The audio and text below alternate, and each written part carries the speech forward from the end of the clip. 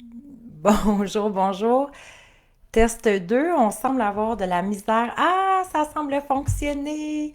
Alors, bonjour tout le monde. Bienvenue à la conclusion. Mon couple en lumière. Alors, pour les belles lumineuses qui sont ici en ce lundi, quel bonheur de vous retrouver. Alors, je m'assure juste que le son est bon, que tout est correct. On a de la misère à partir, mais on semble bien en ligne. Alors, dis-moi bonjour quand vous arrivez. Qui est avec moi pour terminer en beauté? Oui, c'est bon. Alors, le son est là aussi. Alors, quel privilège. Tout est fermé, merveilleux. Quel privilège de venir me déposer avec vous en ce magnifique lundi. Donc, pour notre période de conclusion, et questions-réponses aussi pour mon couple en lumière. Donc, à mon grand bonheur, on a eu la chance de partager 3 jours de coaching la semaine passée. Donc, bonjour ma belle Guylaine. Alors, souhaitant mettre pour la femme qui souhaite mettre de la lumière dans sa vie, dans son couple, dans son cœur, de la clarté. Je pense que c'est surtout ça que plusieurs d'entre nous avaient besoin, mettre de la clarté sur cet espace qui est très important dans nos vies, le couple, que ce soit le couple présentement, notre futur couple aussi. Alors, dites-moi avec quoi vous arrivez pour cette merveilleuse journée. Beau lundi pour les belles lumineuses. Allô, ma belle Josiane. Alors, très heureuse de vous retrouver. Quel bonheur! Donc, il y en a beaucoup qui ont pris le temps de m'écrire en fin de semaine. Je pense que ça a sonné des cloches. Il y en a plusieurs hein, qui se sont reconnus. Et effectivement, quand on se reconnaît, qu'est-ce que ça fait de se reconnaître, de se sentir en même temps, il y a comme une forme de validation. Hein, je me sens validée, je me sens pas toute seule à penser comme ça. Je me rends compte qu'il y a des généralités, disons-le comme ça, mais en même temps, effectivement, qu'il y a beaucoup de généralités, même si on est tous uniques, on a tous une histoire qui est unique en soi. On a tous des comportements différents aussi, des éducations qui ont été différentes. Mais ça reste qu'il y a des choses qu'on va réaliser qu'on a quand même en commun. Et c'est ça la beauté de dire à travers le couple, est-ce qu'il y a des connaissances peut-être qui nous manquaient, autant sur le féminin que le masculin, autant de savoir qu'est-ce que j'ai besoin, comment je fonctionne, qu'est-ce qui fait que peut-être il y a des insatisfactions qui sont activées, des frustrations qui sont activées, qu'est-ce qui fait que je me sens peut-être plus distante de mon amoureux quand on est capable de mettre des mots dessus, de la compréhension, bien, qu'est-ce que ça permet de faire? Ça permet de mettre de la lumière sur tout cet aspect-là. Hein, quand on dit lumière, ce qui résonne beaucoup, c'est les prises de conscience. Et ce fut les mots qui sont revenus le plus souvent. J'ai tellement fait beaucoup de prises de conscience, je me suis reconnue beaucoup dans certains comportements. J'ai reconnu effectivement soit mon couple, mon ancien couple, et donc ça donne de l'espoir que les connaissances pourront nous aider peut-être à vivre ça plus facilement, à retrouver plus de communication, plus de complicité, plus de connexion, parce que c'est ce que l'on souhaite. Donc, effectivement, mon couple en lumière, un programme de 7 semaines qui commence la semaine prochaine, lundi prochain, le 24. Donc, on va être pas loin d'être en ligne ensemble, donc 7 semaines consécutives. Pas tout à fait consécutives, mais on manque une semaine quand je serai au Maroc en retraite avec 12 femmes merveilleuses.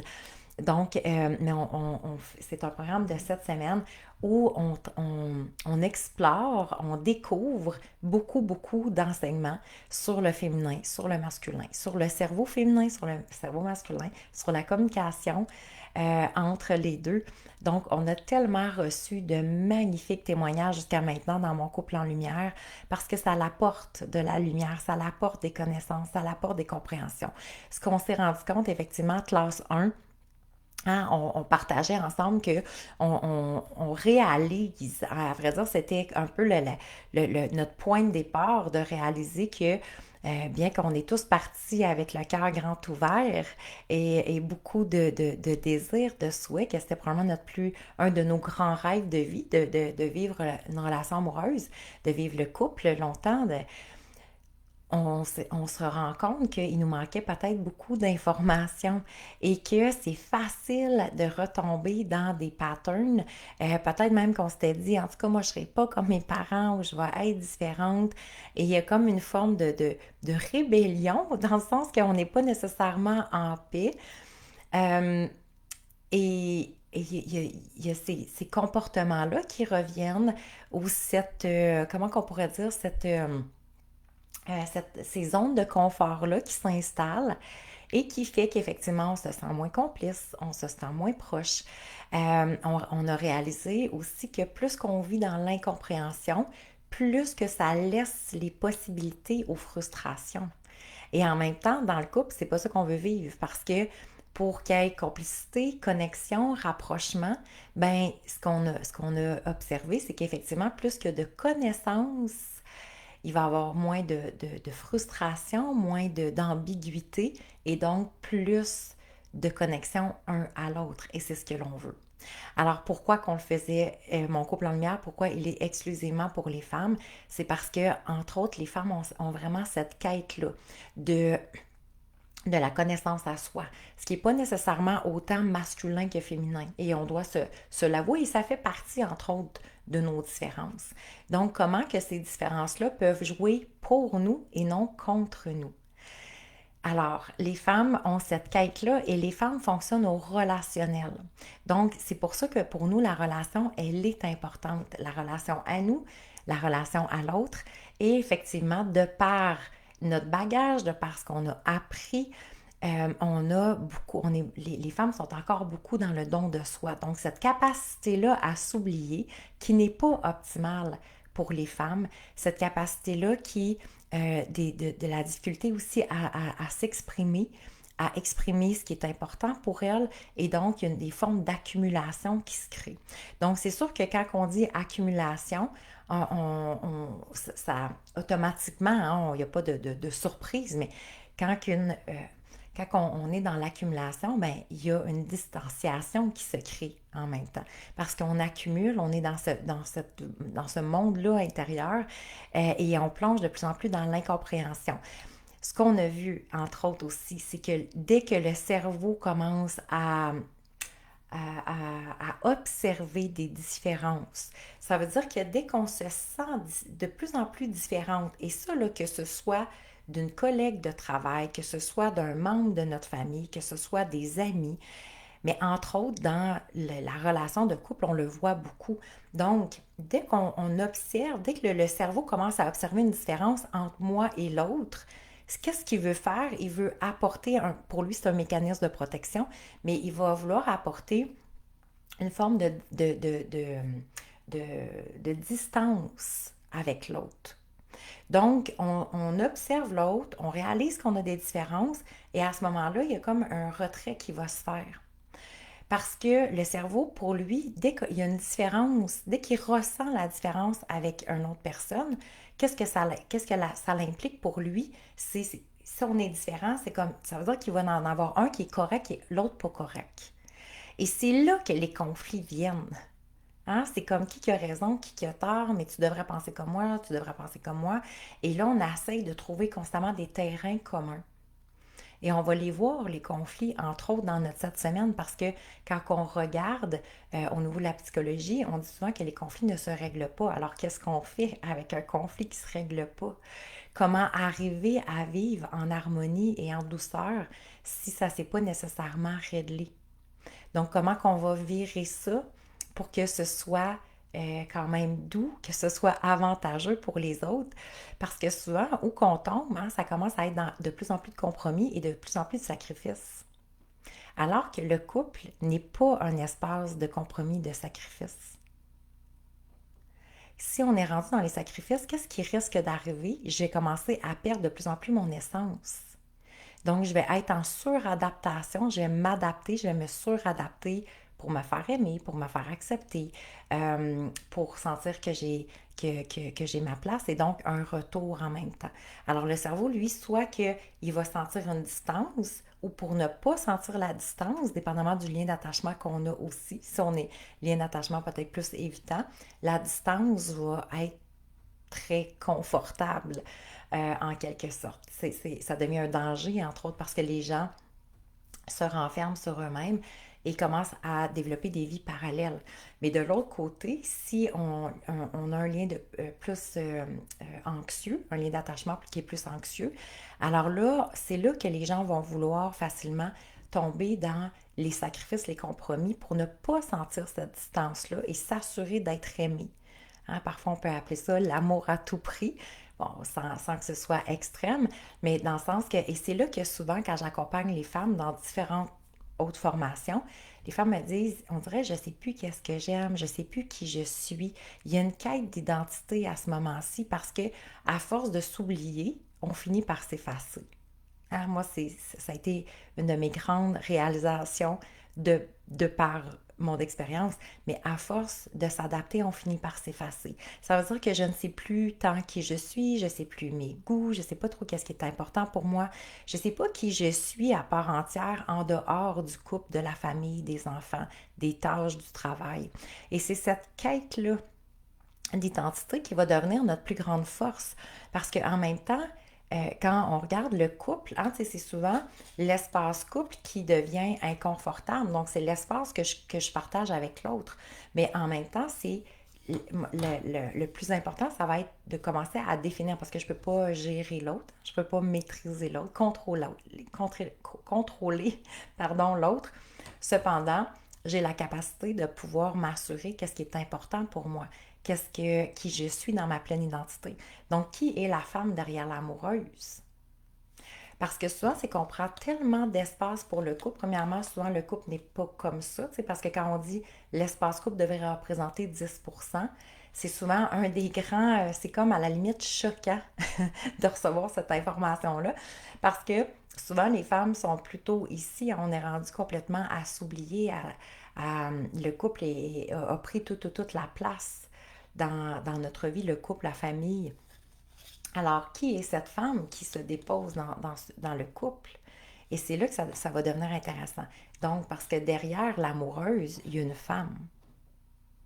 Mais souvent, cette femme-là, c'est rendue une amoureuse, c'est rendue une mère, c'est rendue celle qui fait les tâches, c'est rendue celle qui porte un peu tout à bout de bras. Alors, et qui est cette femme derrière l'amoureuse? Et c'est ça qu'il faut découvrir pour devenir l'amoureuse, pour être l'amoureuse que je souhaite réellement. Et cette amoureuse-là, qu'est-ce qu'elle va pouvoir avoir en retour?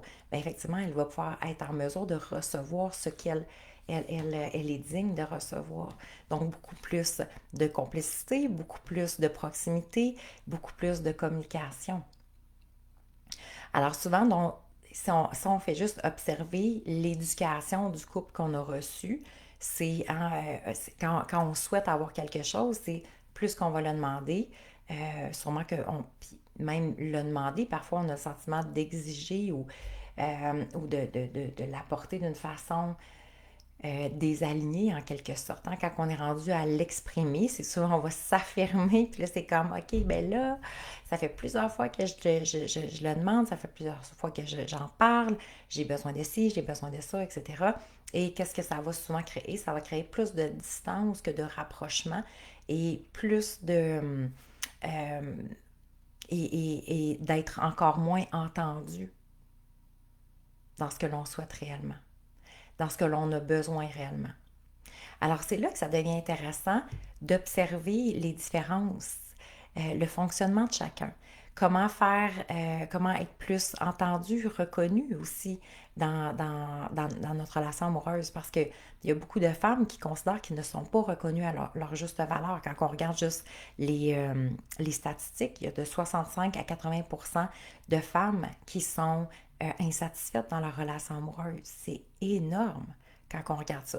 Donc, c'est pratiquement 8 femmes sur 10, ou on pourrait l'arrondir on pourrait faire une moyenne à 7 femmes sur 10 qui va vivre des insatisfactions, qui vit des insatisfactions dans son couple. Et quand on regarde le pourcentage de couples heureux, on est à 20%. Alors, on est dans un air aussi où que c'est pas évident parce que le couple, comme on l'a vu pendant nos 3 jours, le couple c'est un espace de mise à jour à ce moment-ci dans nos vies. Donc, on est tous autonomes, on est tous capables de fonctionner seuls, d'avoir notre maison seule, d'élever nos enfants seuls, d'aller, de subvenir à tous nos besoins. Donc, le couple n'exige plus euh, les mêmes paramètres qu'avant. Alors, comment on va chercher, puiser dans les forces de chacun pour devenir complémentaires? Comment on peut effectivement s'épanouir en tant que femme, en tant que couple maintenant? Alors, c'est intéressant parce que notre rôle a changé, nos rôles ont changé. Et donc, et en plus, on est exposé à une multitude d'informations, mais surtout que si on fait juste regarder au niveau des réseaux sociaux, on est exposé à une multitude euh, de comparaisons. Alors, quand on regarde les gens, c'est drôle, tout le monde a l'air heureux. Et quand on regarde les statistiques, on dit, mais pourtant, quand on nomme les statistiques, 80%, 80% donc des couples sont pas très heureux. Donc, quand on regarde les statistiques, il y a seulement 20%. On nous dit qu'il y a seulement 20% des couples qui sont vraiment épanouis et heureux dans leur couple. Alors, et on regarde un 70% de femmes environ qui vivent des insatisfactions. Ça ne veut pas dire qu'on est constamment en insatisfaction, mais ça veut dire peut-être que même on remet le couple en question. Quand on commence à remettre la relation en question, ça ne veut pas dire qu'on veut laisser nécessairement l'autre personne, mais quand on commence à remettre en question, qu'est-ce qui va arriver? On va commencer à vivre dans une dualité. Donc, il y a une partie de nous qui dit oui, il y a une partie de nous qui dit non, et là, c'est comme le combat un peu entre les deux. Alors, quand on est dans cette forme de dualité-là, ça devient vraiment très difficile de construire sur, ou de poursuivre à construire sur des bases solides, parce qu'il y a comme un questionnement qui se fait continuellement. Et le cerveau, pour le cerveau, c'est très difficile de vivre dans cette dualité-là, parce que une journée c'est oui, une journée c'est non, et donc c'est déstabilisant, hein, effectivement, autant au niveau émotionnellement parlant, psychologiquement parlant, c'est très très fatigant de vivre dans la dualité, dans l'instabilité. Alors, c'est sûr que plus qu'on a d'informations, plus qu'on a de connaissances, plus qu'on a de compréhension, mais plus que ça va apporter cette stabilité-là à l'intérieur. Donc, on a beaucoup d'attentes. Il faut comprendre aujourd'hui, en 2025, hein, on pourrait reculer peut-être dans les derniers 15-20 ans, peut-être même un peu plus, mais on a beaucoup d'attentes par rapport au couple. Parce que on est en quelque sorte un peu isolé, donc on est de moins en moins socialement parlant, on est un petit peu plus isolé, puis on parle pas juste de la pandémie, mais on a vu l'effet de la pandémie, entre autres, sur les relations amoureuses. Et donc, cette pression-là que le couple vit, parce que souvent, c'est qu'on a le sentiment que un et l'autre devraient répondre aux besoins d'un et l'autre. Alors, effectivement, qu'il y a une forme de pression sur le couple, des attentes qui deviennent peut-être même parfois comme intransigeantes. Donc, et ça fait en sorte que plus qu'on a d'attentes, plus qu'on vit d'insatisfaction, plus qu'on vit peut-être de frustration et plus qu'on va vivre de questionnement. Alors, les femmes souvent ne se trouvent pas nécessairement suffisamment nourries intérieurement. Pourquoi qu'on ne se sent pas nourri? Parce que le fait qu'on fonctionne au relationnel, donc tandis que les hommes sont plutôt rationnels, les femmes sont plutôt relationnelles, alors on a besoin de la relation pour c'est comme si les femmes existent à travers la relation. Alors, et c'est là que déjà en partant, si on fait juste regarder ce point-là, la distinction est quand même assez grande. Donc, un homme qui va être, les hommes en général, hein, bien entendu, vont fonctionner beaucoup plus de façon rationnelle. Donc, et c'est là que on commence à avoir des propos qui sont très, très différents. Donc, la femme, souvent, va avoir le sentiment qu'il n'y a pas assez de connexion, de proximité avec son amoureux, avec son homme, tandis que l'homme, lui, pour lui, tout va bien, il est comblé. Et c'est là souvent qu'on se dit, mais coudonc, on vit-tu dans le même couple? Parce que des fois, nous, on remet en question, on se dit, écoute, chérie, faudrait parler parce que telle chose, je me questionne, je vois ça de telle façon. Et l'homme peut arriver en faisant comme, ah, mais de quoi tu parles? Moi, tout allait bien jusqu'à maintenant. Alors, et donc, on se dit, ben, il y a des perceptions du féminin, du masculin qui sont différentes. Hein?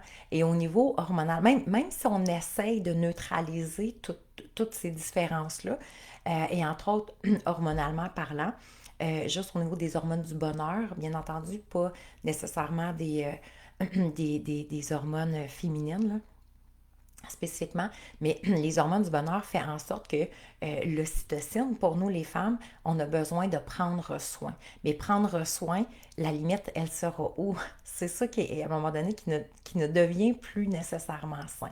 Alors, la femme qui a cette tendance à s'oublier, à tout donner, fait en sorte que parfois, elle va se trouver sous nourrie en quelque sorte dans le couple parce elle va avoir le sentiment de ne pas avoir l'importance qu'elle a ou de ne pas être reconnue à la juste valeur pour tout ce qu'elle fait.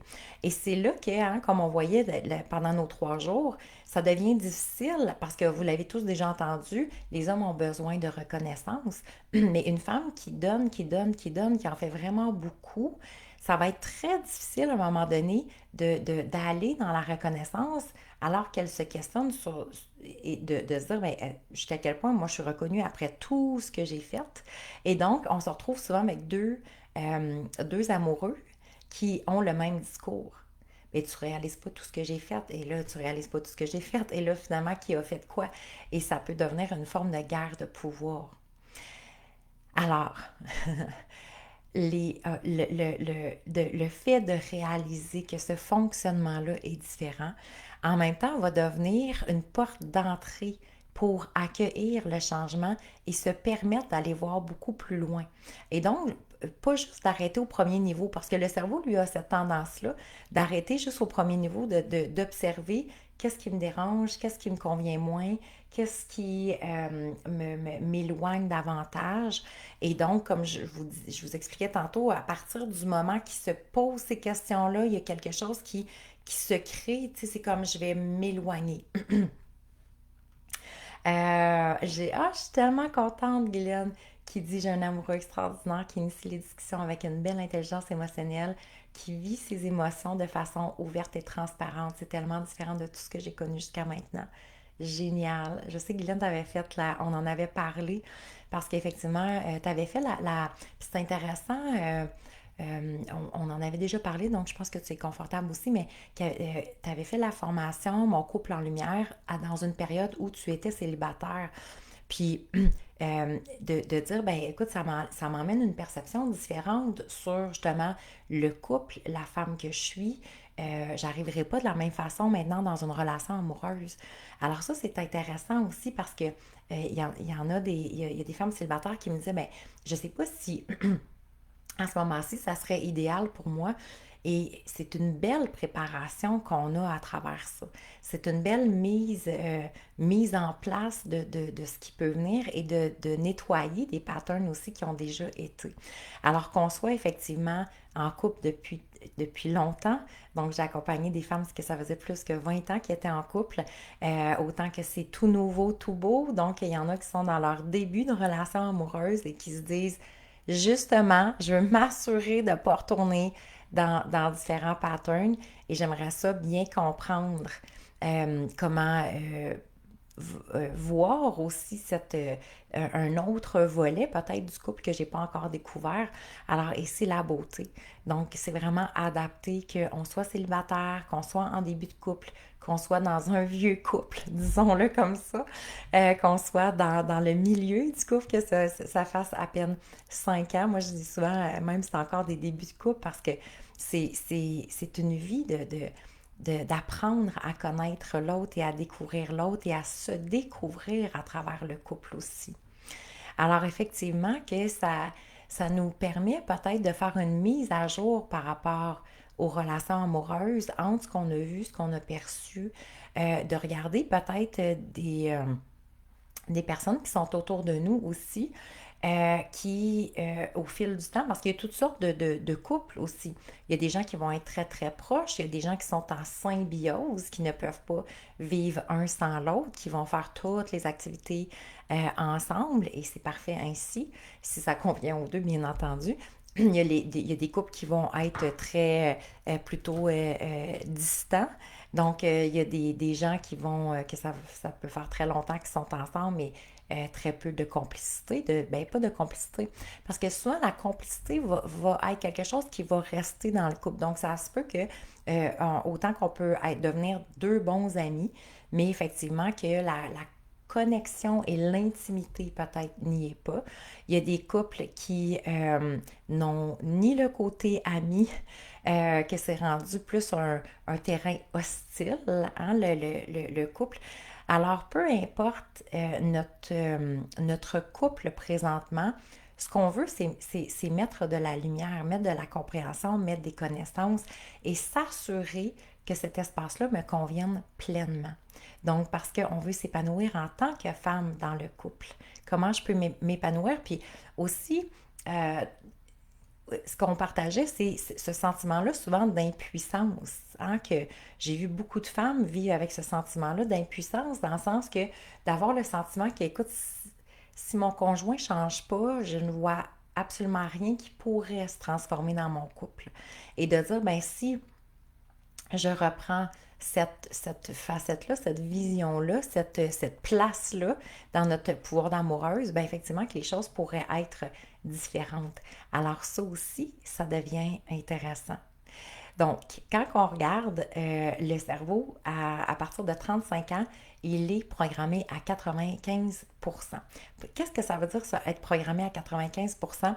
Ça veut dire que tout ce qu'on a reçu comme bagage, comme identité, comme perception, comme la vision du couple, qu'est-ce qu'on a créé comme pattern jusqu'à maintenant, euh, comme euh, type de relation amoureuse, comme comment on pourrait dire, les schémas. Hein? Autant que ça peut être autant, je me suis toujours oubliée dans un couple, j'ai toujours priorisé les autres avant moi. Je me recroqueville sur moi-même quand que je vis quelque chose. Il y a une distance qui s'est installée entre nous. La vision que j'ai eue du couple, pour moi, c'était une femme qui avait plus cette tendance-là à s'oublier, ou au contraire, qui avait plus la tendance à gérer le conjoint, les enfants, une femme forte qui est capable d'en prendre. Alors, on a tous une perception, en quelque sorte, du couple, des relations amoureuses. Est-ce que cette perception, par exemple, là, me convient aujourd'hui, moi, en tant que femme? Hein? Si j'ai toujours vu une femme ou une mère qui portait tout à bout de bras, puis qui était toujours celle qui, c'est correct, je vais m'en occuper, puis donc qui était dévouée à 100% pour la famille, ou qui est devenue une mère après, après avoir des enfants, euh, alors et je vais reproduire en quelque sorte un peu cette façon-là de fonctionner. Hein? On a vu les 11 types d'amoureuses dans le jour 1. Alors, plusieurs d'entre vous se reconnaissaient. Le but étant pas de se taper sur la tête, au contraire, on l'a suffisamment fait jusqu'à maintenant dans nos vies, mais le but était plus de dire, est-ce que ça se peut que je suis en train de m'éloigner de l'amoureuse que j'avais vraiment le goût d'être que j'étais peut-être plus jeune ou jeune adulte, et que je souhaitais, que je rêvais vivre une relation amoureuse? Quel type de relation amoureuse? Si je me recule à ce moment-là, comment je voulais vivre cette relation amoureuse-là? Comment je voyais qu'une relation amoureuse pouvait être vécue? Est-ce que ça correspond aujourd'hui à la relation que je vis ou que j'ai vécue?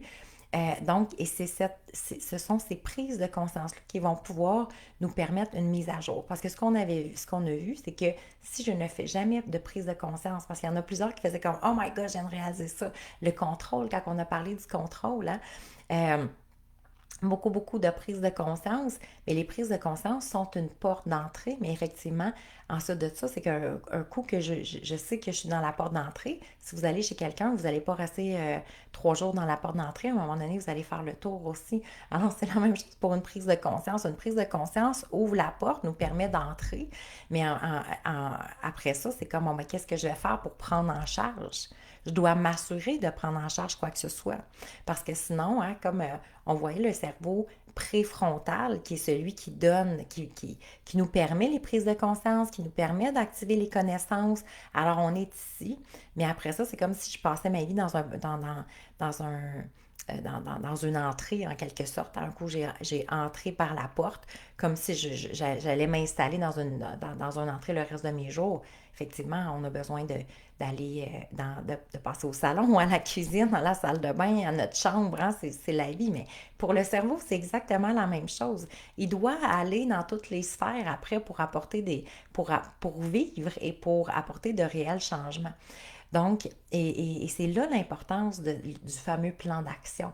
Quel est mon plan d'action? Parce que si je veux sortir du pilote automatique, si je veux sortir du 95% qui est programmé, parce que c'est correct qu'il soit programmé le cerveau, c'est la façon, c'est un organe de survie. Donc lui, il a été activé de cette façon-là, c'est sa façon de procéder. Par la suite, aujourd'hui, surtout dans l'ère où nous sommes, où que la conscience est à son apogée, qu'on est dans un ère où on prend de plus en plus euh, de plus en plus conscience que les choses peuvent être différentes, qu'on est les créatrices de notre vie et qu'on est les créatrices de notre relation, qu'on est les créatrices de notre abondance, que la pensée crée la réalité, que alors on en entend, tu sais, la loi de la manifestation, etc. Donc, ce n'est plus un fruit du hasard, là, le, ces couples-là qui développe une complicité, puis un bien-être et un bonheur.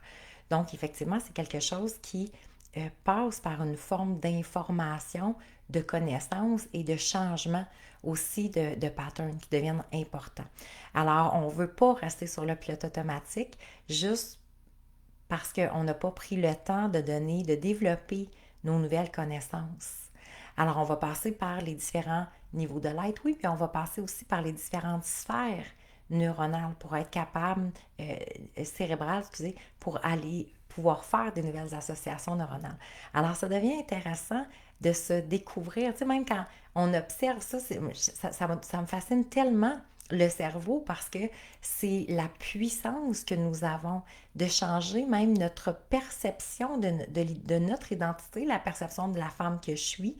Tu sais, si je me sens comme une mère, puis celle qui ramasse toute la maison, excusez-moi l'expression, mais qui torche la maison, hein, je me l'ai fait souvent dire par des femmes, j'ai le sentiment d'être une mère, puis celle qui torche, ben c'est sûr que si c'est rendu l'identité que j'ai le sentiment d'avoir, ça sera pas reluisant, puis je me sentirai pas en grande complicité avec mon amoureux, là, hein?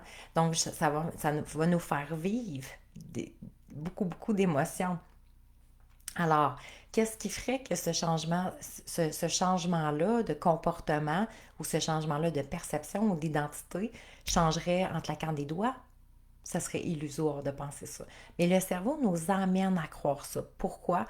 Parce qu'effectivement, il déteste les sorties de zone de confort et il déteste les nouvelles connaissances. Donc, on aime ça faire des prises de conscience. Observez comment tout le monde aime ça. C'est comme, oh my God, wow! Ok, c'est correct, j'ai compris. Et c'est tout.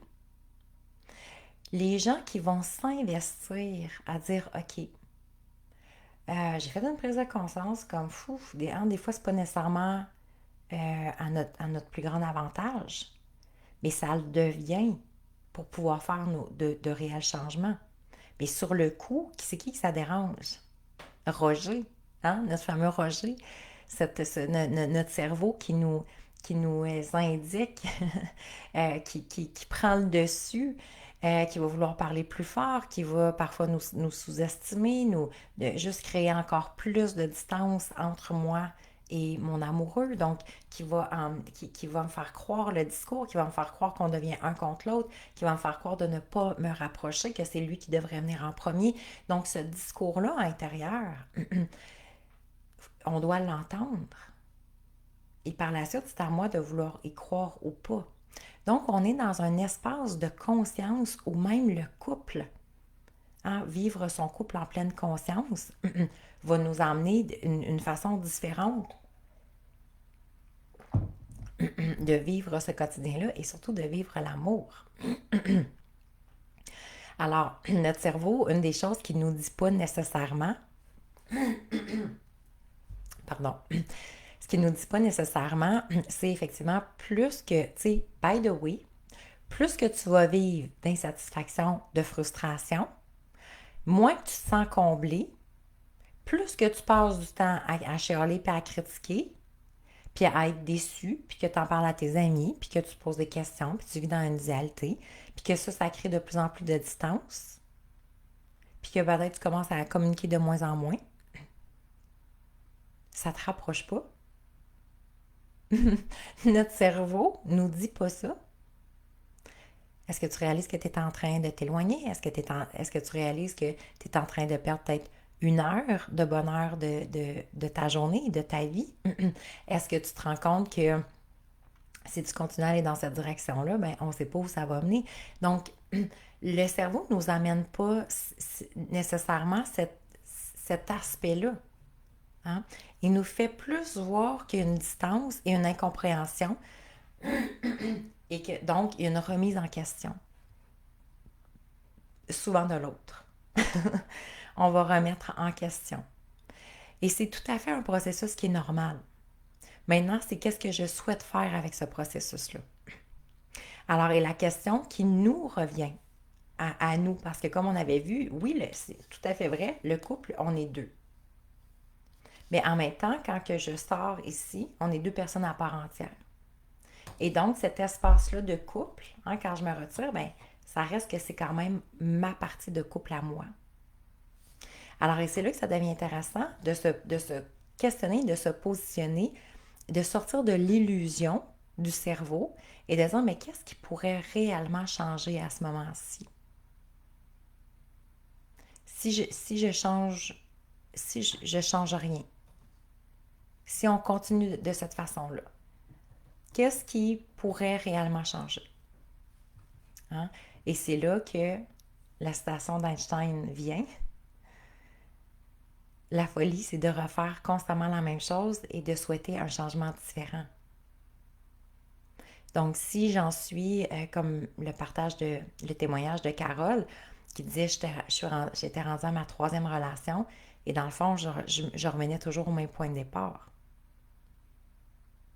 Alors, ça a été de changer son positionnement intérieur, de changer sans changer la femme, mais changer sa perception, sa façon de voir le couple, de comprendre ses besoins, de comprendre ses limites, de comprendre ses insatisfactions, d'être capable de mettre des mots dessus et d'avoir par la suite un plan d'action pour venir apporter ces changements-là. Et aujourd'hui, c'est elle qui a terminé son témoignage en disant « C'est comme un conte de fées. Ça fonctionne finalement parce qu'elle doutait. Hein? Ensuite de ça, il y avait Stéphanie aussi elle s'était séparée. Donc, elle s'était dit, Gann, après comme 15 ans, je pense environ, il n'y en a pas de changement. Je ne vais pas vivre ça. Il a José la même chose après 25 ans. Et effectivement, qu'est-ce qui a apporté ces changements-là? Ça s'est fait au départ ici. Pas parce que c'est moi qui ai le problème, pas parce que c'est moi qui dois encore changer, pas parce que c'est encore moi qui dois supporter le couple à bout de bras, c'est pas pour ça. C'est parce que moi j'ai le goût d'être heureuse, j'ai le goût de m'épanouir, j'ai le goût de me découvrir en tant que femme, en tant qu'amoureuse. Et je suis digne de vivre la plus belle des relations amoureuses. Alors c'est exclusivement pour ça qu'on le fait, entre autres. Et effectivement, que ça va avoir un impact sur le couple et ça va avoir un impact sur l'amoureux et ça va avoir un impact sur ce que je vais être en mesure de recevoir et d'accueillir. Alors, je vois encore beaucoup de femmes qui se résignent tout simplement, se contentent. Hein? On a vu, j'ai déjà fait un live là-dessus, mais sur le contentement. Et on a été élevé au contentement. Contente-toi de ce que tu as. Tu es déjà bien chanceuse. Regarde autour de toi. Les gens n'ont pas l'air mieux. Regarde, les autres sont pires. Et donc, le cerveau nous fait voir tout ce qui va plus mal que nous pour dire finalement, je suis chanceuse. Et donc, les femmes qui vont vivre dans le contentement et les gens qui vivent dans le contentement, hein, ce qu'on s'aperçoit à la longue, ce sont des gens qui deviennent en quelque sorte aigris, hostiles. Pourquoi? Parce qu'elles ne sont pas pleinement épanouies, un. Et donc, une forme d'attente qui va planer, une forme d'insatisfaction. Alors, ça ne veut pas dire qu'on n'est pas dans la gratitude, parce que le contentement, c'est la gratitude de ce qui est à ce moment-ci, du moment présent. Mais l'évolution, c'est quoi? C'est de dire, ben, je désire quelque chose de plus aligné peut-être, de plus grand. Et observer les gens qui ont des rêves, qui ont des buts, qui ont des objectifs de vie. Observer comme ils sont lumineux, rayonnants. Et ils sont dévoués à leur prochain objectif. Ils se lèvent le matin en sachant c'est quoi l'objectif. Pourquoi je me lève aujourd'hui? Pas une autre journée. Il me tape sur ses nerfs. Mon Dieu, c'est tout ça. C'était tout ça la vie. Alors, les gens qui veulent voir plus grand, les gens qui veulent s'épanouir davantage, les gens qui veulent développer cette quête-là, ce sont les gens qui sont souvent les plus inspirants, qui sont agréables à côtoyer, agréables à découvrir, parce qu'ils ne se satisfont pas juste du contentement. Hein? Mais l'éducation qu'on a reçue, t'as-tu fini de te plaindre le ventre plein? T'es déjà bien chanceuse. Regarde tout le monde qui se sépare, toi, t'es encore en couple. Regarde ton conjoint, il est quand même très attentionné. T'as-tu vu Jean-Charles? Comment que lui, il porte aucune attention à sa blonde? Alors, et on va comparer et constamment vers le bas. Et après ça, on va finir par comparer vers le haut. Regarde lui, il a l'air plus gentil. Regarde lui, il a l'air plus attentionné. Regarde les autres, ils ont tellement l'air plus heureux. Oh mon Dieu, que j'arriverais tellement de vivre une relation comme eux. Et donc, notre cerveau va nous emmener constamment dans un et l'autre. Parce qu'il ne peut pas toujours se sous-estimer. Alors, il va se surestimer. Et de se surestimer, il va se sous-estimer. Alors, on commence en quelque sorte une forme de montagne russe, hein, d'inconfort. Alors, ce qu'on a observé aussi, c'est qu'on avait plusieurs éléments qui étaient très similaires chez les femmes. Hein, les femmes souhaitent avoir plus de communication, plus de complicité, plus de connexion, plus de présence, être plus reconnues. Elles trouvent que leurs chums sont peut-être pas suffisamment investis dans la relation, qui sont trop rationnels justement, qui sont trop centrés sur eux, qui communiquent pas assez. Alors, quand on a observé, il y avait plusieurs éléments. On a sorti le top 10, donc plusieurs éléments qui étaient similaires. Et la question était, est-ce qu'il y a quelque chose qu'on n'a pas compris si la majorité des femmes relèvent les 10 mêmes points à la quantité de femmes que nous sommes? C'est des millions, des milliards. Qu'est-ce qui fait qu'on se positionne ou qu'on se questionne tous sur la même chose au niveau des hommes? Alors, si ces inconforts-là, ces insatisfactions-là sont présentes, peut-être qu'il y a une autre vision des choses qu'on peut apporter. Et c'est là que ça va devenir intéressant. Parce que ça veut dire que je vais pouvoir reprendre mon pouvoir à place de me sentir impuissante face à la situation, impuissante face au comportement de l'autre.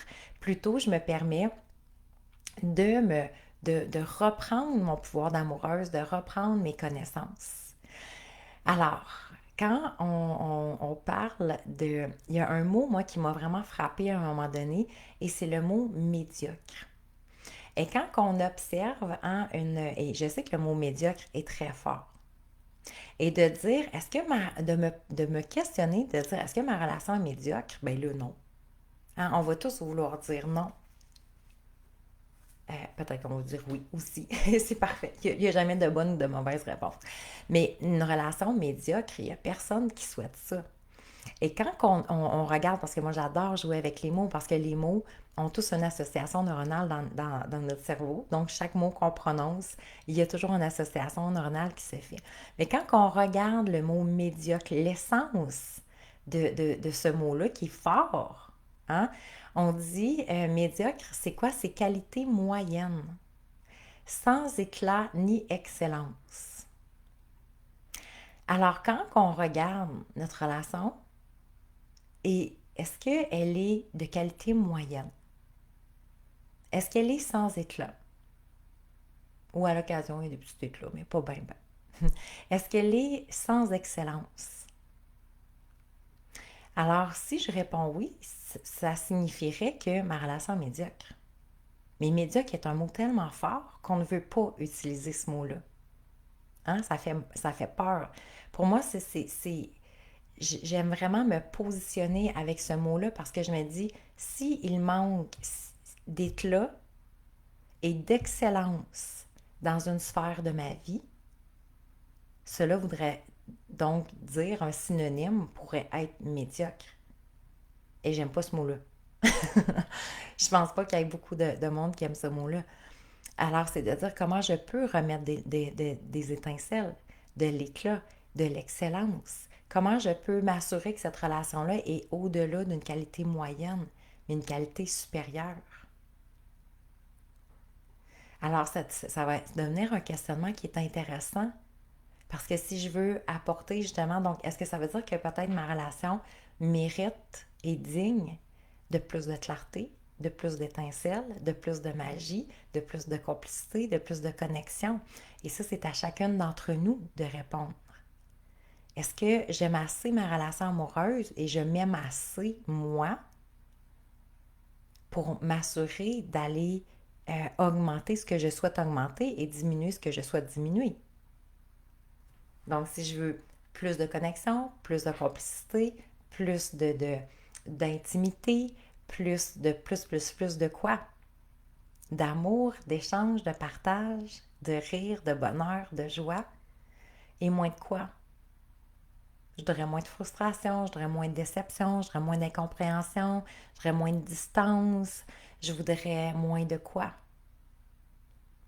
Alors, prenez le temps de faire votre liste des plus et des moins et de vous questionner comment je vais faire pour diminuer de plus en plus les moins et comment je vais faire pour augmenter de plus en plus les plus. Si jusqu'à maintenant, je ne l'ai pas encore fait. Si jusqu'à maintenant, peut-être, je n'ai pas réussi à le faire. Donc, quels seraient les changements? Comment je vais pouvoir apporter ça? Comment je vais pouvoir créer des nouvelles associations neuronales? Comment je vais pouvoir reprogrammer mon cerveau pour m'apporter, pour diminuer les moins? Hein? C'est une balance et augmenter de plus en plus ce que je désire. Et non, puis observer comment que la balance fonctionne souvent. Parce que le cerveau, c'est un organe de survie. Donc, généralement, on va augmenter les moins. Dans quel sens? C'est souvent, on va observer les insatisfactions. Et on va de plus en plus voir les insatisfactions. Ah, ça, j'aime pas ça. Ça me dérange. Ça, j'arrive pas à, je sais pas, connecter ou je me sens plus éloignée ou je suis tannée ou quoi que ce soit. On va augmenter ce qu'on n'aime pas et on va de plus en plus diminuer finalement ce qu'on aimait. Alors, si on prend le temps aujourd'hui de dire, mais qu'est-ce que j'aimerais ajouter? Qu'est-ce que je veux de plus? Et qu'est-ce que je veux m'assurer de diminuer? Et comment mon cerveau va emmener une nouvelle structure pour que je puisse marcher sur ce terrain-là? Parce que la magie des changements n'existe pas. La magie de la réussite n'existe pas. Quand vous regardez des gens qui réussissent super bien, il y a quelque chose derrière la réussite. Il y a quelque chose derrière le succès, que ce soit dans une relation amoureuse, que ce soit dans le travail. Il y a un positionnement qui se fait. Il y a des stratégies qui sont apportées, des connaissances qui sont développées. La connaissance de soi, la connaissance de l'autre, la connaissance du féminin, du masculin. Il y a quelque chose. Hein? La même chose, le succès entrepreneurial, le succès familial, le succès parental. Hein? Souvent, on va aller faire des formations pour nous aider à mieux comprendre nos enfants, à mieux comprendre comment les supporter. On va lire sur certains éléments. Donc, il y a d'offrir cette importance-là et de réaliser que j'ai besoin d'un plan d'action. Parce que la magie des prises de conscience, malheureusement, ne se font pas. Et c'est pour ça que, tu sais, en développement personnel, j'écoutais, je me suis fait raconter une blague en fait que j'ai trouvé très drôle. Je pense que ça vient de Laurent Paquin. Qu'est-ce qui fait que les gens en développement personnel ont autant de livres? C'est-tu parce qu'ils n'ont pas compris? Hein? Mais quand on commence, vous êtes comme moi, j'en ai plein de livres. Et on a cette quête de, de connaissances, cette quête de nourriture de l'âme. On a cette quête qui est extraordinaire. Mais effectivement, si j'observe la quantité de livres que j'ai lus, ils m'ont amené beaucoup de prise de conscience. Mais de dire qu'un livre a complètement transformé ma vie, souvent, c'est que justement, ça a activé les prises de conscience, ça m'a permis d'ouvrir la porte, mais de rester dans l'entrée. Et c'est vraiment les neurosciences, la PNL, qui m'ont permis d'aller dans toutes les sphères cérébrales et d'aller modeler, d'aller moduler, d'aller transformer, d'apporter à un niveau plus élevé pour que les prises de conscience deviennent soit un nouveau comportement, une nouvelle façon d'être, une nouvelle vision, et donc pas juste de revenir complètement en arrière, d'oublier qu'est-ce qui s'est passé. Alors, souvent le cerveau tente de trouver son confort dans l'inconfort. Et je ne sais pas si ça le fait partie vous-même, ça fait peut-être encore partie aujourd'hui de votre relation amoureuse. Parce que souvent, c'est comme, mais c'est pas si pire. Hein, c'est souvent ce qu'on entend. C'est pas extraordinaire, mais en même temps, c'est pas malsain. Ma relation, c'est pas désagréable, quoi que ce soit. Et donc, on va juste s'installer dans une zone de confort. Même si c'est inconfortable, dans le sens que c'est pas super, mais c'est pas médiocre, comme on pourrait le dire, mais en même temps, en sachant maintenant notre définition d'aujourd'hui du médiocre, sans être là, ça voudrait dire que c'est quand même, il y a une partie de médiocrité relationnelle, dans le sens que c'est pas la relation que j'ai cet éclat-là encore. Qu'est-ce qui fait que, tu sais, parce que la majorité, quand on regarde les célibataires, la majorité vont vouloir revenir en couple quand même assez rapidement. Hein, à moins si on a été blessé, quoi que ce soit, on va vouloir prendre, c'est très féminin, beaucoup moins masculin, mais on va vouloir prendre un temps pour nous, hein, un temps de reconnexion à soi, un temps de reconstruction. Mais après ça, la majorité des femmes et des hommes vont vouloir revenir en couple. Alors, le couple fait partie, hein, c'est comme un must en quelque sorte. Et donc, il y a, on s'entend à se dire, ben écoute, c'est pas si pire que ça, toutes les couples se chicanent, euh, tous les hommes sont les hommes sont tous pareils, ben une femme c'est comme ça, un homme c'est comme ça, on va comme définir. Et là, regardez le cerveau qui va se satisfaire, se complaire en quelque sorte dans cette structure-là, sans vouloir aller nécessairement plus loin. Okay? Ou encore, on va commencer à penser qu'on serait mieux ailleurs avec une autre personne. Okay? Alors, il y a des croyances qui sont développées beaucoup, beaucoup dans le couple. Hein? Il y a une accumulation, donc, qui se fait, une distance qui se crée, des difficultés à se rapprocher. Hein? Et donc, c'est là qu'on commence à sentir un inconfort de plus en plus. OK? Donc, on est dans un air, on ne se le cache pas, où il y a de plus en plus de monde aussi qui pense à la séparation. Et le cerveau, lui, a souvent le sentiment que ça va être la meilleure chose pour lui. Mais ce qu'il oublie de nous dire, c'est que, et ça se peut pour certaines personnes que ce soit la meilleure chose. Et ça se peut que pour certaines personnes, finalement, le cerveau, ce qu'il ne nous avait pas dit, c'est la phase de renoncement. À quoi je vais devoir renoncer? Hein? Je vais devoir refaire d'autres efforts quand que je vais arriver avec une autre personne. Alors pourquoi que l'espace couple, peut-être que je vis présentement, pourrait devenir cet espace où je vais du moins tester pour m'assurer que c'est pas juste mon cerveau qui me met, qui nous met dans deux bateaux un contre l'autre. Hein? Donc, on veut pas nécessairement créer la distance ou maintenir la distance, mais tout simplement revenir dans cette forme de conscience, d'intelligence émotionnelle qu'on développe de plus en plus maintenant avec les années. On en parle beaucoup. L'intelligence du cerveau, bien entendu, mais l'intelligence émotionnelle. Donc, d'être capable de vivre le couple dans cette forme d'intelligence-là et à savoir après, est-ce que ce couple-là nous représente et c'est notre idéal ou ça se peut que non aussi. Ça se peut qu'on se dise, écoute, finalement, avec toutes les connaissances, je réalise que c'est peut-être pas pour moi, il n'y a jamais de bonne ou de mauvaise réponse. Le plus important, c'est toujours d'être épanoui et de bien vivre nos, euh, nos étapes. Donc, c'est sûr qu'on souhaite, hein, on souhaite étirer le couple, on souhaite vivre ce bonheur-là à deux, on souhaite développer la complicité, on souhaite trouver la bonne personne, ou on souhaite que la personne avec qui on est soit la bonne personne pour nous. Alors, c'est ce qu'on désire. Hein? Tout le monde voudrait vivre longtemps en couple. C'est très rare que les gens débutent un couple en se disant écoute, moi, 3 mois, 6 mois, 1 an, là, je vais être comme bien, bien content. On souhaite tous de voir ça à long terme. Alors, mettons les chances de notre côté pour développer nos connaissances. Hein? Alors, quel sera votre plan d'action à ce moment-ci? Donc, pour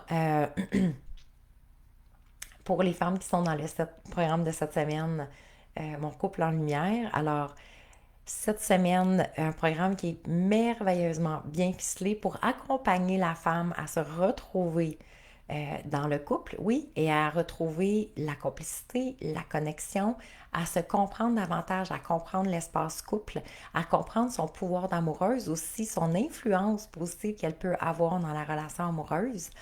Alors, on souhaite des femmes épanouies, hein, prendre sa place aujourd'hui en tant que femme, puis prendre sa place, c'est pas prendre toute la place de l'autre, mais ou gérer tout le couple, ou c'est pas à ce niveau-là, mais de dire comment je peux être pleinement épanouie dans ma relation amoureuse, comment cette sphère-là peut devenir un espace comme un, un terrain de jeu, en quelque sorte, un espace où je me découvre pleinement et j'évolue à travers ça et on évolue ensemble à deux et on a le sentiment vraiment de marcher main dans la main, peut-être plutôt que d'être un contre l'autre. Alors, on a des ondes psychologiques, effectivement, hein, qui ont été abordées par Carol Dweck, qui nous positionnent toujours sur soit j'ai un esprit de croissance, un état d'esprit de croissance ou un état d'esprit fixe. Les personnes qui vont développer un état d'esprit fixe, c'est voici, c'est comme ça, c'est comme ça. Quand se présente un défi, c'est comme ça, c'est comme ça. Ce sont des gens qui vont un peu, pas baisser les bras, mais juste accepter ce qui est de cette façon-là, sans nécessairement aller plus loin dans un état d'esprit de conscience pour, à travers les défis, donc développer des nouvelles habiletés, développer des nouvelles connaissances, de faire des nouveaux efforts, peut-être qu'on n'a jamais fait. Puis effort ici, on ne dit pas c'est encore moi qui dois faire les efforts, puis je vais le faire pour l'autre ou quoi que ce soit, mais c'est plus de dire comment je peux m'assurer que j'évolue dans cette sphère-là, malgré qu'on est deux, et malgré que j'ai le sentiment que ça devrait se passer constamment à deux, comment on peut évoluer en tant que femme et faire notre mise à jour du couple, de la perception du couple, de nettoyer, parce que les femmes portent beaucoup, beaucoup le couple sur leurs épaules. Et selon moi, c'est pour ça que c'est aussi important, au doublement, au centuple important, que les femmes se déchargent justement un peu de s'oublier et de s'adapter, de se suradapter. Hein? Il y a cet espace-là. Ou encore, on est peut-être dans de l'autre sphère, des femmes qui sont un peu révoltées en quelque sorte, ou euh, tur- tu sais, rendu turné off des relations amoureuses, ou qui veulent juste fermer leur cœur parce que c'est rendu trop souffrant, c'est rendu trop difficile. Alors, on veut transcender tout ça. Alors, quel état d'esprit je vais vouloir évoluer dans ma relation amoureuse? Hein? Donc, comment faire moins pour en recevoir plus? C'est ce qu'on découvre dans mon couple en lumière. Donc, comment je peux en faire moins? Comment je peux activer mon rôle d'amoureuse pour justement recevoir plus d'amour, recevoir plus d'attention, recevoir plus de tout. Hein? Donc, on commence lundi prochain, le 24 mars. On est en direct ensemble. Donc, les classes qui durent environ entre 2 heures, 2h30. Si vous ne pouvez pas être là pour toutes les séances de toutes les classes, toute la période des classes, il n'y a vraiment pas de souci parce que vous avez accès à la rediffusion dès le lendemain matin. Alors, et vous avez accès à votre plateforme de formation pendant 2 ans.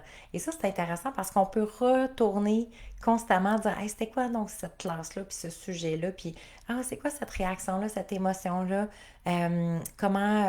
c'est quoi la communication avec un homme, donc c'est quoi nos trucs pour mieux communiquer, puis savoir quand il va être plus à l'écoute, et donc de mieux m'exprimer, mieux partager ce qui est important pour moi. Alors ça va, on va avoir beaucoup de bagages. C'est plus qu'un 20 heures d'enseignement au niveau du féminin, du masculin. Le cerveau féminin, le cerveau masculin, il y a vraiment comme une structure, une dynamique pour réinventer, restructurer en quelque sorte, nettoyer ce qui est plus nécessaire. Hein? C'est comme un genre de ménage de garde-robe. Donc, nettoyer les vieilles croyances, nettoyer ce qui est plus nécessaire dans nos comportements, et donc comment développer de plus en plus nouveaux comportements, les nouvelles façons d'être, les nouvelles façons de faire. Alors, et c'est justement qu'est-ce que les femmes, en tant que femmes, qu'est-ce qu'on a besoin de savoir faire et ne plus faire pour recevoir davantage. Hein? Qu'est-ce qu'on a besoin de développer comme connaissance pour que ce soit en notre faveur et non contre nous, et non avoir ce sentiment-là justement d'en faire davantage, toujours plus. Alors, on veut plus d'amour dans notre vie, bien entendu. Josiane qui dit, je vais tellement évoluer pour ne pas répéter les mêmes patterns. Alors, très contente d'avoir pris les 7 semaines. Je suis vraiment, je me sens très privilégiée, Josiane, qu'on puisse le faire ensemble aussi. Et oui, c'est fabuleux, c'est tellement de prise de conscience, et à date, tellement de témoignages par rapport justement à se réinventer le couple, mais se réinventer en tant que femme, euh, apprendre à s'épanouir davantage dans une relation amoureuse, parce que c'est sûr que si on finit par être par celle qui fait un peu tout, puis qui est toujours comme dans l'ombre, où on a beaucoup de distance entre les deux, mais c'est pas là qu'on s'épanouit le plus. Hein? Alors, on va être moins réactif donc dans nos relations, moins de déception, moins de frustration, bien entendu. Comment arriver à se sentir de plus en plus comprise, soutenue, importante aussi, développer plus de complicité, plus d'affection dans le couple, l'art du lâcher prise, cultiver le lâcher prise, laisser aller le contrôle. Hein? Ça, c'était notre classe 2, 2 ou 3, j'ai un petit blanc, mais où on a parlé beaucoup de contrôle, et il y en a, c'est la classe 2, il y en a plusieurs qui se reconnaissent. C'est comme, oh là là, ok, je me reconnais. Donc, comment on va arriver à lâcher prise sans avoir le sentiment, parce que souvent, le lâcher prise, les gens ont le sentiment, c'est comme, je fais juste lâcher la serviette. Hein? Et donc, et là, ben, si on a ce sentiment-là, c'est comme, mon Dieu, j'ai peur de lâcher prise, parce que j'ai peur que comme tout s'écroule en même temps, si je lâche prise, c'est comme si je devais plus rien faire. Alors que le lâcher prise, on va réinventer le lâcher prise, mais c'est pas du tout de cette façon-là. C'est pas juste de laisser aller puis de tout laisser dans les mains de l'autre. Hein, c'est pas ça le lâcher prise. Alors, donc les questions que j'ai reçues, puis si vous avez d'autres questions, ça va vraiment faire plaisir de répondre. Hmm. même pour celles qui sont aussi en rediffusion. Donc, c'est pour qui mon couple en lumière? Alors, c'est pour la femme qui souhaite effectivement s'épanouir et développer toutes ses connaissances au niveau du couple. Autant pour les femmes qui sont célibataires et donc justement qui ne veulent pas répéter des patterns, autant pour les femmes qui sont nouvellement en relation amoureuse et qui se disent, écoute, là, on est sur une bonne lancée, puis je voudrais vraiment garder ça, ça serait mon plus grand désir. Autant pour les femmes que ça fait longtemps qu'elles sont en couple et qu'effectivement, quand on voyait les différents types d'amoureuses, elles se sont reconnues dans certains types d'amoureuses et qui se disent, ouais, tu sais, c'est vrai que j'ai pas tant le goût de continuer à cheminer puis à évoluer de cette façon-là. J'ai le goût, tu sais, moi aussi, j'ai le goût que ce soit doux ma relation amoureuse, puis j'ai le goût de recevoir, puis j'ai le goût tu sais, s'il nous reste 20 ans, 10 ans, 30 ans à vivre ensemble, ben, ça serait vraiment agréable que ce soit doux et merveilleux, cette relation-là, et non qu'on reste en quelque sorte à couteau tiré, puis qu'on fait juste, hein, plus que la distance se crée, puis peut-être certaines d'entre vous le vivent présentement, plus que la distance se crée, parfois ça devient de plus en plus difficile de se rapprocher, de se retrouver. Alors en même temps, donc, quel deviendrait l'élément déclencheur pour qu'on puisse se retrouver et reconnecter ensemble? Et dès la semaine prochaine, lundi, le 24, on va comprendre justement ces patterns-là, autant de la distance, autant de la suradaptation aussi. Donc, vous allez pouvoir déjà en partant évaluer votre couple, quel pattern il a développé jusqu'à maintenant, ou sinon votre ancien couple. Donc, juste pour savoir aussi dans quel vous avez cette tendance-là à créer quelle dynamique de couple. Alors ça c'est très, très, très intéressant. Puis il y a déjà là, on met en lumière beaucoup, beaucoup de concepts, de connaissances, et ça devient très intéressant parce qu'à partir du moment que je le sais et j'ai la guidance et j'ai toutes les actions à mettre en place, ben, je vais pouvoir apporter les changements. Alors, donc c'est une formule très puissante, mon couple en lumière, parce que on va au niveau des connaissances, oui, beaucoup, mais on va aussi au niveau, donc vous avez votre espace de coaching, vous avez votre espace, vous êtes soutenu aussi à chaque semaine. Donc, quand il arrive des patterns, quand il arrive des citations, c'est très intéressant parce que on est tous interreliés, donc on a un groupe privé exclusivement pour nous. Alors, on peut, si vous êtes confortable, bien entendu, parce que c'est très sécuritaire et bienveillant, c'est exclusivement avec des femmes qui souhaitent aussi d'être heureuses en couple, mais et souvent, c'est que je vais bonifier les enseignements avec ce qu'on a reçu comme information, comme bagage. Alors, on réalise qu'on a tous des conjoints différents, mais on vit souvent des grandes, grandes, grandes similitudes au niveau relationnel. Alors ça aussi, c'est vraiment très intéressant. Donc, beaucoup d'enseignements, beaucoup de comprendre aussi comment apporter les changements. Donc, et c'est très agréable parce que pendant 7 semaines, on met tout de suite en application. Donc, vous allez mettre en application, même celles qui sont célibataires, vous allez déjà mettre en application. On n'a pas besoin d'avoir un amoureux pour le mettre en application. On va tous pouvoir commencer à mettre en application les nouveaux enseignements pour s'assurer d'être très ancré, d'être très groundé dans ces changements-là pour les vivre profondément. Alors, il y en a plusieurs qui m'ont demandé, est-ce que je dois raconter ma vie ou partager qu'est-ce qui se passe moi dans mon couple? Pas du tout.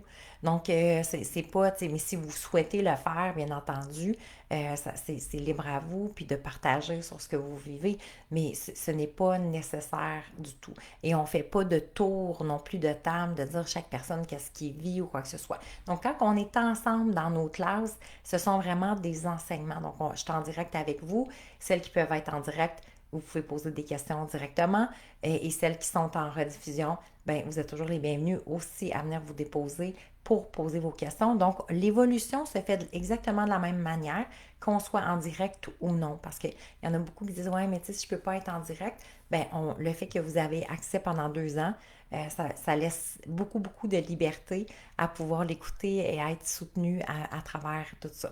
Alors, est-ce que c'est combien d'heures environ par semaine? C'est souvent une question que je reçois. Donc, les classes qui durent environ entre 2 heures, 2h30. Et vous avez des exercices PDF qui peuvent durer des fois entre une dizaine de minutes, c'est pas long, 10-15 minutes. C'est tout simplement pour venir solidifier en même temps les connaissances, les apprentissages et pour l'appliquer dans votre propre vie.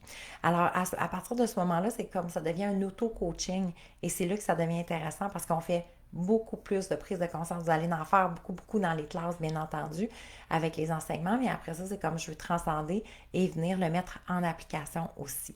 Euh, donc, on est en différents paiements, effectivement, qui sont encore là, options de versement.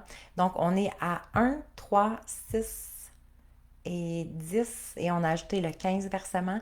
Donc, pour que ce soit vraiment accessible à tout le monde.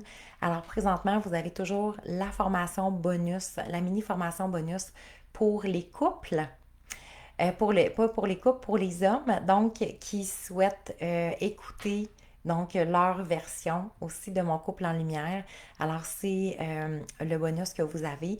Vous avez des méditations aussi qui sont déposées, des méditations transformationnelles que vous obtenez en bonus sur votre plateforme de formation et un 15% sur la boutique en ligne aussi. Donc, juste pour être sûre que j'ai fait le tour, mais je pense que oui. Si vous avez des questions, prenez le temps de venir vous déposer avec moi. Ça va me faire énormément plaisir. On a le tirage, bien entendu, à faire. Alors, le tirage on faisait un tiré la semaine dernière. J'annonçais le tirage pour aujourd'hui.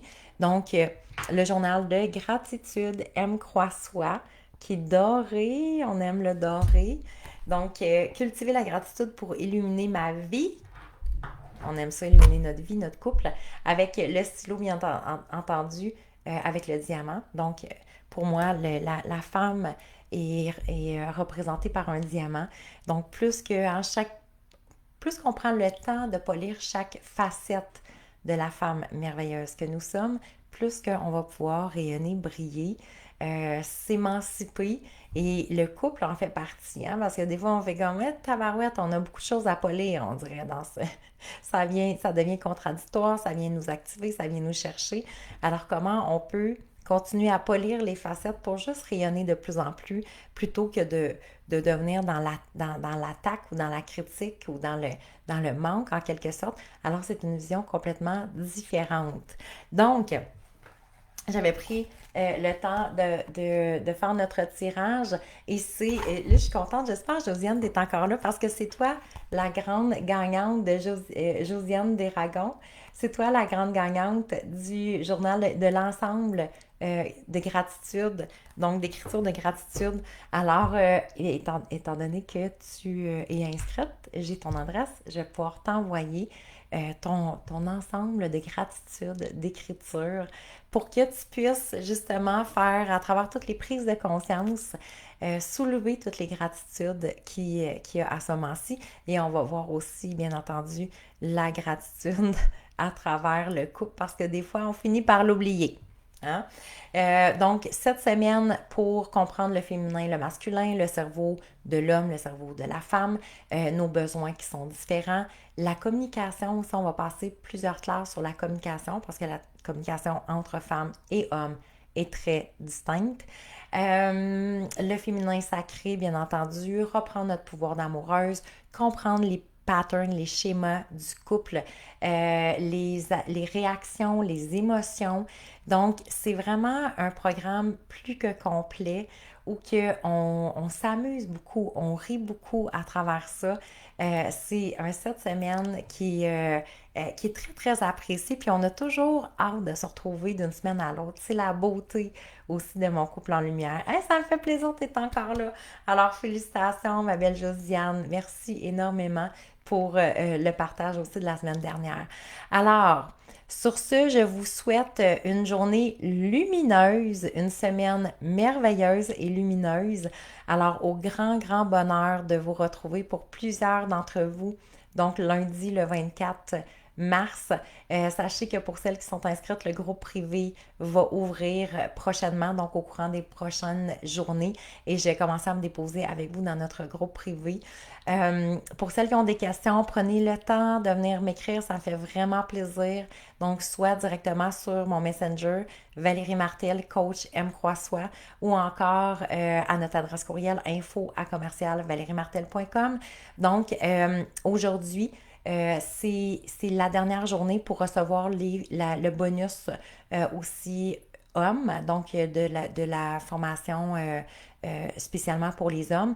Vous allez quand même pouvoir vous inscrire au courant de la semaine, mais sachez que plus qu'on passe dans les jours, effectivement, qu'il y a des modifications qui vont suivre. Donc, vous allez les recevoir par courriel aussi.